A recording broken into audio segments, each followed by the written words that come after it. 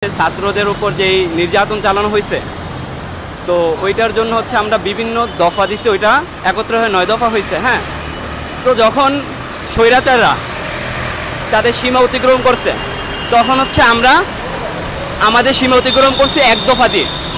ওই 1 দফা আমাদের 9 দফা না, আরও 20 দফার কাজ করছে। হ্যাঁ, এর মাধ্যমে আমরা স্বৈরাচারকে পতন করতে পারছি এবং আমাদের দেশটাকে শান্তিপূর্ণ করার চেষ্টা করতেছি। অবশ্যই স্বৈরাচার গেছে, আরও অনেক স্বৈরাচার আছে।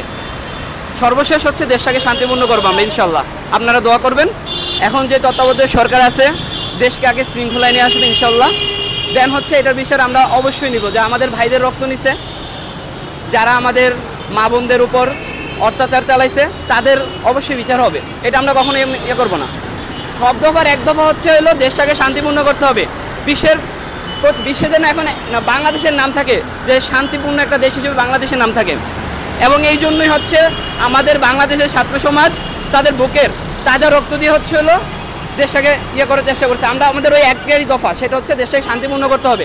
সকল ধরনের নৈরাজ্য, সকল ধরনের বিশৃঙ্খলা দূর করে দেশটাকে শান্তিপূর্ণ একটা দেশে রূপান্তর করার চেষ্টা করবো আমরা ইনশাল্লাহ। একটা ভিডিও দেখছি যে ওনারা বলছে যে ওনাদের কোনো দফা নেই, ওনাদের মানে কোনো দফা ছিল না। হ্যাঁ, ওনাদের উপর ইয়া করা হয়েছে, বড় যে যারা লেভেলে উপরে আছে, হ্যাঁ, তারা হচ্ছে ওনাদের উপর চাপ প্রয়োগ করছে, যার কারণে তারা এই নির্বিচারে হত্যা চালাইছে। তাহলে তো তারা পাকিস্তানি মিলিটারিদের মতো করছে।